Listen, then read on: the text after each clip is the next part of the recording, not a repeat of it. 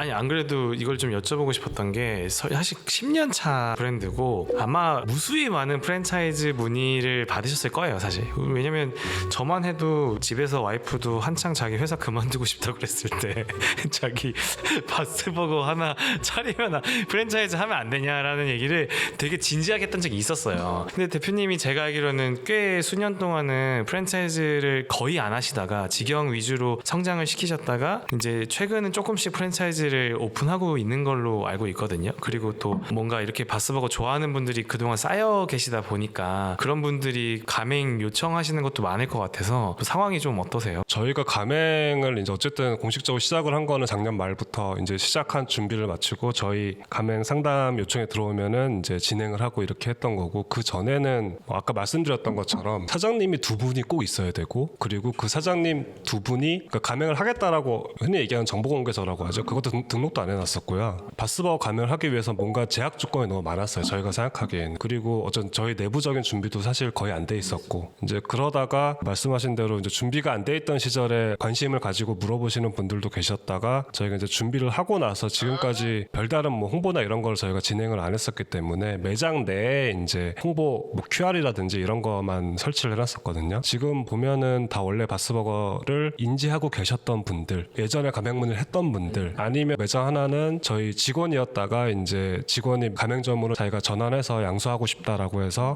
뭐 그런 매장이라든지 기존에 좀 알고 계신 분들이 메인이라고 보시면 될 것 같아요. 그럼 사실 그 패티 기계가 어떻게 보면 가맹 확장의 핵심 전략이라고 볼 수 있겠네요. 네, 되게 중요한 부분 중에 하나죠. 가맹점주한테. 그게 이제 시작했던 핵심 계기도 되셨을 것 같고. 근데 약간 그 점주님들 스타일마다 뭐 안 그런 매장이 지금 있는 건 아닌데 기계보다는 내가 그냥 할 수 있을 것 같다. 네. 뭐 이런 분들도 계세요. 그러니까 난 혼자가 아니다. 뭐 예를 들어서 뭐 남동생이랑 같이 한다. 직원급이 아니라 공동된 사장님 같은 역할을 할 수 있는 코파운더가 있다. 사람이 있으면 우리는 할 수 있다. 패티 굽는 거를 코파운더가 해야 되는 중요한 일이었군요. 햄버거의 고기가 제일 중요하니까. 물론 이제 시간이 지나서 막 직원 양성이 잘 되고 이제 좀 멤버가 좀 탄탄해지면은 직원이 해도 되는데, 처음에는 혼자서 하시는데 직원한테 그 일을 맡겨야 된다고 하면은 불안하죠. 리스크가 크죠. 본사 입장에서도 퀄리티 컨트롤이 안 되고. 근데 패티 얘기가 나와서 그냥 생각나서 드리면 좀 어이없는 질문일 수도 있는데, 대표님은 어쨌든 햄버거 많이 드셔보셨을 거고 뭐 좋아하는, 그러니까 저희 거 외에 대표님이 참고 많이 하는 햄버거 브랜드 있으세요? 그 마지막 질문 하려고 그랬는데 바스버거 대표가 좋아하는 다른 햄버거는 뭘까? 맥도날드 그래도 빅맥인가? 여기는 맛있다. 일단 저는 사실 햄버거를 좋아하는 편은 아니에요. 아니고요. 바스버거 대표님 햄버거 싫어하신대요?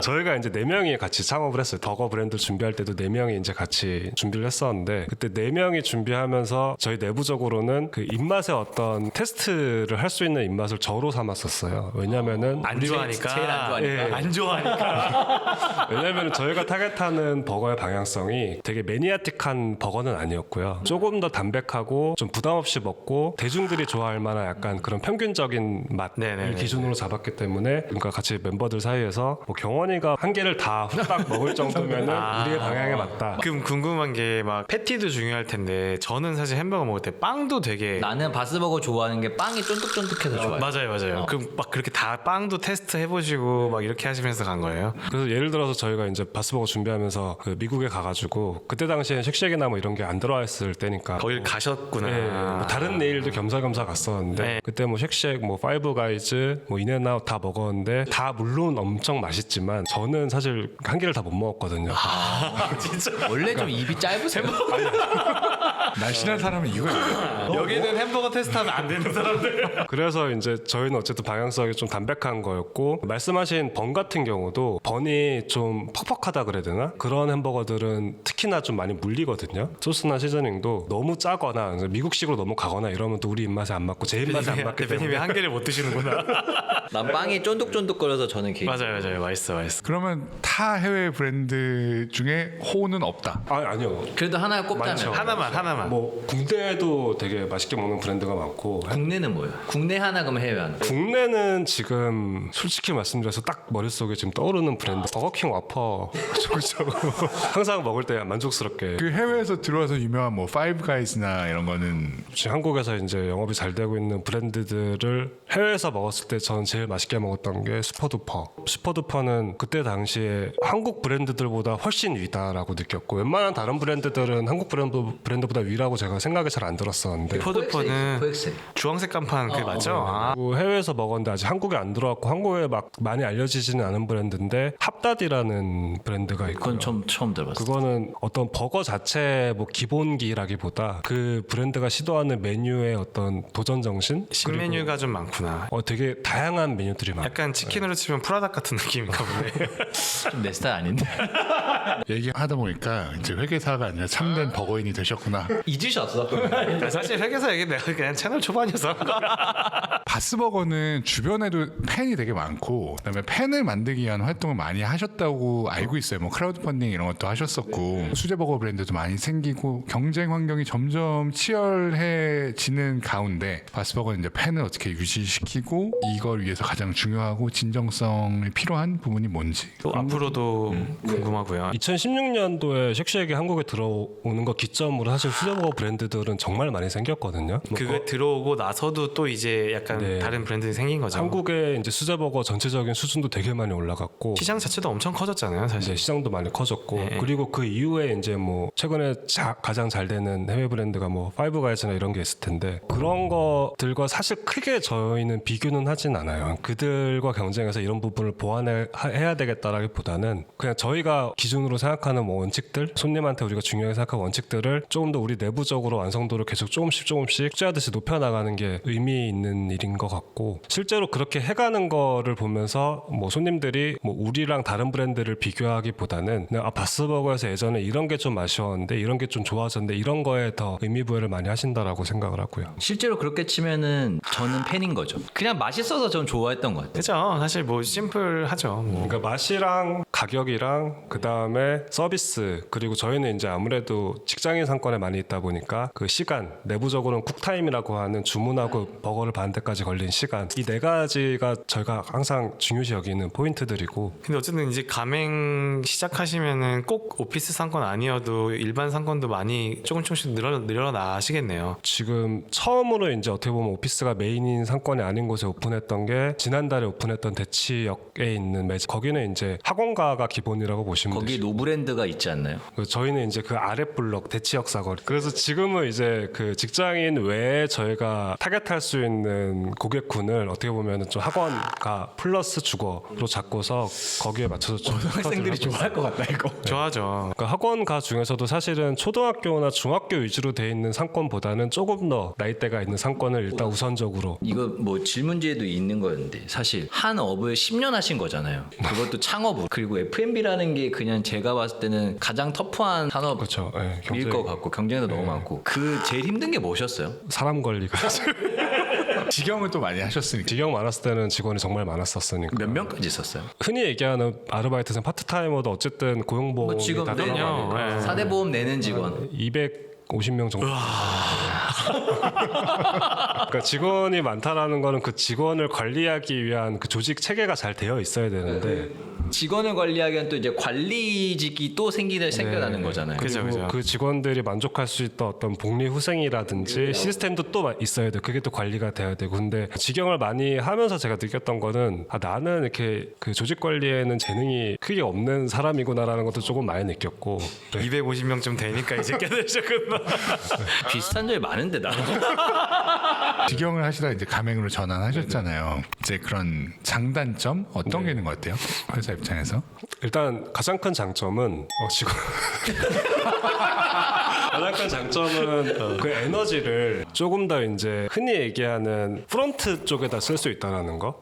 직원이 많으면 백오피스가 굉장히 또 중요한데 그 에너지를 이제 저희가 그 가맹으로 사업 그 모델이 바뀌면서 신규 가맹점도 있지만 기존 직영 매장 중에 우리가 이제 이거는 가맹점으로 가도 충분히 점주님 입장에 수익이 난다라고 생각하는 거는 전환을 또 했거든요. 어쨌든 회사 방향성은 다 가맹 만드는 거와 유지 그리고 뭐 개선하는 거에 포커스를 맞춘다라고 생각하니까 직영을 굉장히 많이 줄일 수 있었고 그렇게 되면서 관리적인 것보다는 그 어쨌든 전방 영역에 조금 더 신경을 쓰고 거기에 에너지를 투자하는 거 그게 좀 개인적인 성향도 그렇고 그게 가장 큰 장점인 것 같고요. 이거 갑자기 든 생각인데 바스버그의 가맹 라이벌은 어디예요? 똑같은 예를 들자면 1억이 있다라고 하면 뭐 바스버그를 내가 가맹을 낼 수도 있는 거고 요화정을 낼 수도 있는 거고 프랭크버그로 낼 수도 있는 거고. 프랑크버거 낼 수도 있는 거고 뭐 이제 가맹점주 입장에서 뭔가 경쟁 상대는 누가 있을지가 가맹점주님들 입장에서 가장 비교할 때 시작점은 그 투자 금액인 것 같아요. 투자 금액, 그쵸, 그쵸. 투자 금액에 따라 내가 선택할 수 있는 옵션이 이 다 브랜드가 다르죠. 이제 나오는 거. 그렇죠. 이제 사실은 투자 금액을 결정하면은 그 안에 여러 가지 그 카테고리들이 있잖아요. 말씀하신 디저트 쪽도 있고 아니면 한식, 양식, 뭐 일식,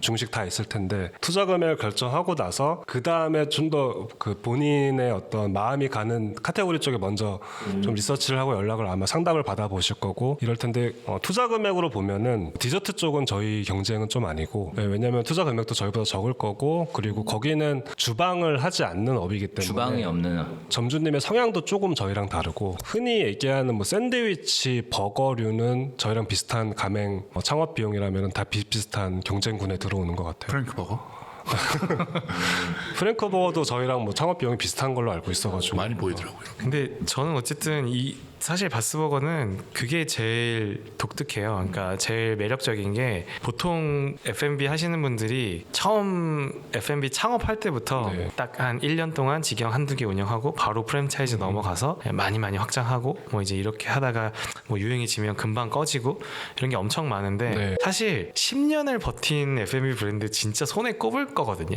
그게 그만큼 바스버거 브랜드 파워가 저는 있다라고 생각을 맞아. 하고 왜냐면 네. 저도 아까도 얘기했지만 이게 가장 터프한 산업일 거고 그러니까요. 거기서 프랜차이즈의 유혹도 사실 있었을 기회. 기회 있었을 거고 있으셨을 텐데 이렇게 팬도 만드시고 또 대표님도 10년 동안 많이 바뀌시면서 그 오늘 이야기한 뭐 인건비나 로봇 패티 얘기도 하고 새로운 출발이자 전환점의 타이밍이신 것 같아요. 지금 뭔가 네. 진짜 더 잘 되셨으면 좋겠고 아니면 뭐 대표님이 뭐 저희한테 궁금하거나 못하신 말이 있다거나 이런 게 아까 그 회계사 어떤 숫자를 관리했던 업무에 예. 있다가 뭐 지금 이거 하면서 장점인 거 하나 제가 그 추가하고 싶은 게 있는데 회계사 시험을 공부하거나 아니면 학교 때 뭐 원가 회계나 이런 거 공부하면 당연히 다 이제 머릿속에 남는 개념인데 공원이익이라는 개념 있잖아요. 어떤 매출 채널에 대한 의사결정을 할 때 감정적으로 이게 좀 덜 남는다 안 남는 것 같다 이런 식으로 판단을 해가지고 그거에 대해서 부정적으로 보는 의사결정을 할 수도 있거든요 사실은. 근데 그런 의사결정을 할 때 여기에 들어가는 변동비를 잘 계산해봐가지고 이게 플러스라면은 이걸 내가 안 하는 것보다 하는 게 낫다라는 게 명확한 거고 이런 부분은 사실은 어떻게 보면 제가 뭐 회계사 공부를 안 했거나 아니면은 뭐 이쪽에 대한 지식이 없었으면은 좀 쉽게 접근할 수 있는 방향은 아니었던 것 같다.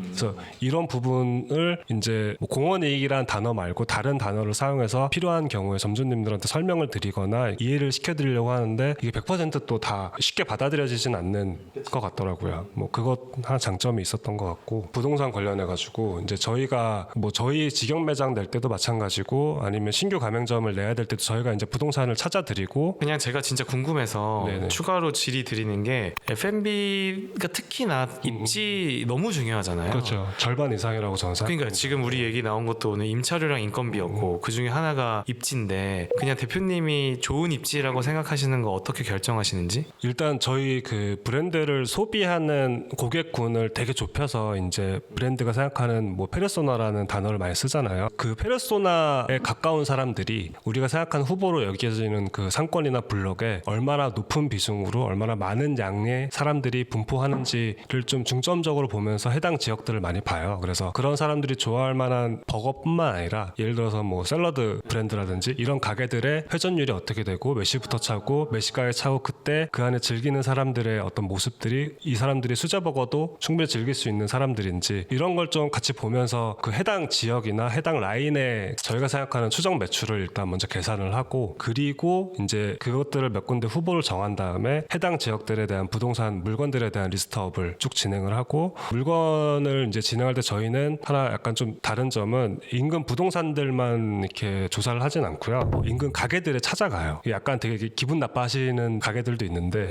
인수하는 건가요? 뭐 그래서 이제 찾아가서 업종 변경인가? 잘 여쭤보고 혹시 저희가 이제 찾는 사이즈 평수고 저희가 너무 가고 싶은 자리인데 혹시 사장님 여기 뭐 매각 계획 있으시냐? 그렇게 물어보시는구나. 그러면 이제 10팀 중에 뭐 한두 팀은 생각이 있다라고 금액까지 얘기하시는 팀이 있고 10팀 중에 이제 한두 팀은 절대 없다. 또 어떤 팀은 뭐 5억 달라 그러면 뭐 의향이 없는 거죠, 이거는. 그런 식으로 어떻게 보면 시장에 나오지 않은 물건도 저희가 최대한 좀 찾아가지고 비교를 하고 그렇게 최대한 후보지를 많이 만들어 놓으면은 그 안에서 경쟁력 있는 임차료 혹은 임대인의 성향까지 고려를 해서 저희가 이제 태핑을 진행을 할 수 있는 거고 상가 임차료가 되게 재밌는 게 임대인의 성향을 되게 많이 따라가요. 같은 라인인데도 임차료가 2배 이상 나는 똑같은 입지인데 그런 물건들도 있는데 그런 이유가 예를 들어서 뭐 저희의 매장 중에 뭐 어떤 매장 같은 경우는 지난 한 8년 9년 동안 30만 원 올랐거든요, 임차료가. 와, 거의 안 올랐네. 그 임대인분은 일단 한국에 안 계시고요.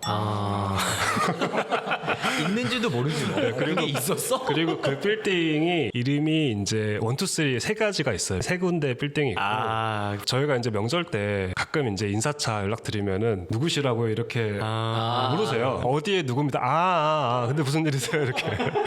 그래서 이제 임차료를 올리는 게 그분한테는 관심 사항이 아닌 거고 그리고 그런 경우는 보통은 관리소장님 흔히 얘기하는 소장님이 모든 업무를 다 어떻게 보면 임차료 협상까지 그분이 많은 영향을 미치고 이런 성향이 있는 건물들은 그 시점에 우리가 그 모든 걸 알 수는 없지만 그 과거 히스토리를 좀 부동산을 통해서 파악하다 보면은 이분은 그다지 임차료에 민감하지 않겠구나. 아니면은 그 반대로 예를 들어서 나의 순자산 혹은 나의 자산의 90%가 이거다. 그런 분들은 또 만약에 대출까지 껴있다 그러면은 이건 사실 등기부등본 보면 나오는 거니까 거의 뭐 변동금리지 뭐.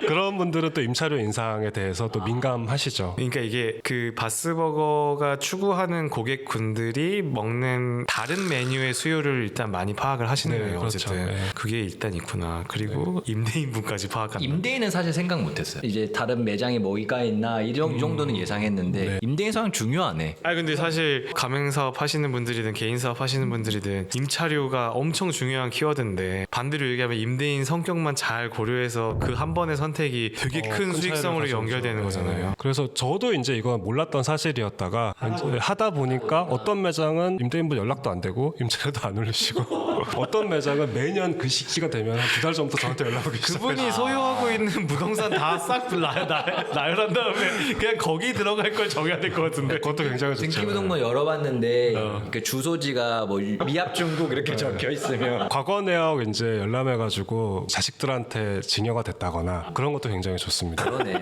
이거 근데 되게 인사이트 있는 건데 이건 뭐 일단 경험에서 우러나오는 좀 이제 거네. 논 살짝 빠진 건데 건물 매매 시장도 똑같아요. 급하게 싸게 나오는 게 뭐냐면은 아버지가 돌아가셔서 상속으로 자식들이 이제 물려받았거나 이혼을 했거나 아니면은 애들이 누구 하나가 사업을 말아먹었거나 금매물. 아니면은 미국에 있는데 관리가 안 되거나 그러니까 이런 것들이 시장에 갑자기 싸게 나오는데 뭔가 비슷한 느낌이에요. 재밌네요. 재밌네. 사무실 구하거나 집 구할 때도 좀 비슷한 맥락으로 참고할 수 있겠네요. 이게 100% 항상 맞지는 않더라고. 저희가 예전에 이제 있었던 사이트 중에 하나는 굉장히 부자세요, 임대인분이. 실제로 임대차 계약할 때 얼굴 못 봤어요. 일단 얼굴을 못 본다는 거는 관리소장님 모든 권한을 가지고 있는 거고 관심이 없을 확률이 있는데 그분은 이제 자수성가해서 나이가 한 80대 정도였고 서울 시내 빌딩 10개 있다고 제가 들었는데 부자가 된 데는 다 이유가 있구나.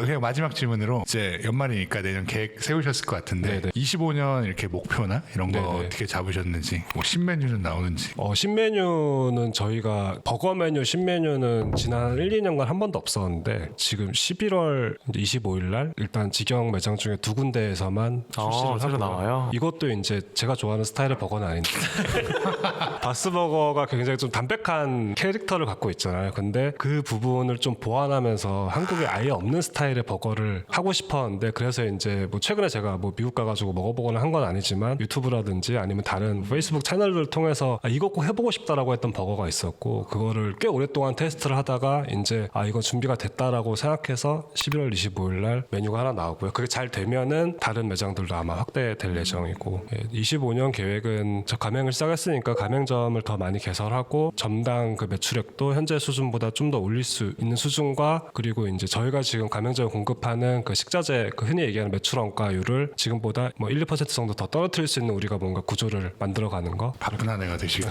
그러니까 뭐 사실 점당 매출 많이 높이는 게 제일 중요하죠. 그렇죠. 어쨌든 오늘 뭐 고생 많으셨습니다, 대표님. 촬영이 좀 너무 저는 힘들었는데 이게 냄새가 나가지고 빨리 먹고 싶은데 이게 뭐 중간에 이걸 먹고 하자고 하기도 그렇고 오늘 나와주셔서 감사합니다. 불러주셔서 감사합니다. 아, 고생 많으셨습니다. 네, 수고하셨습니다. 네.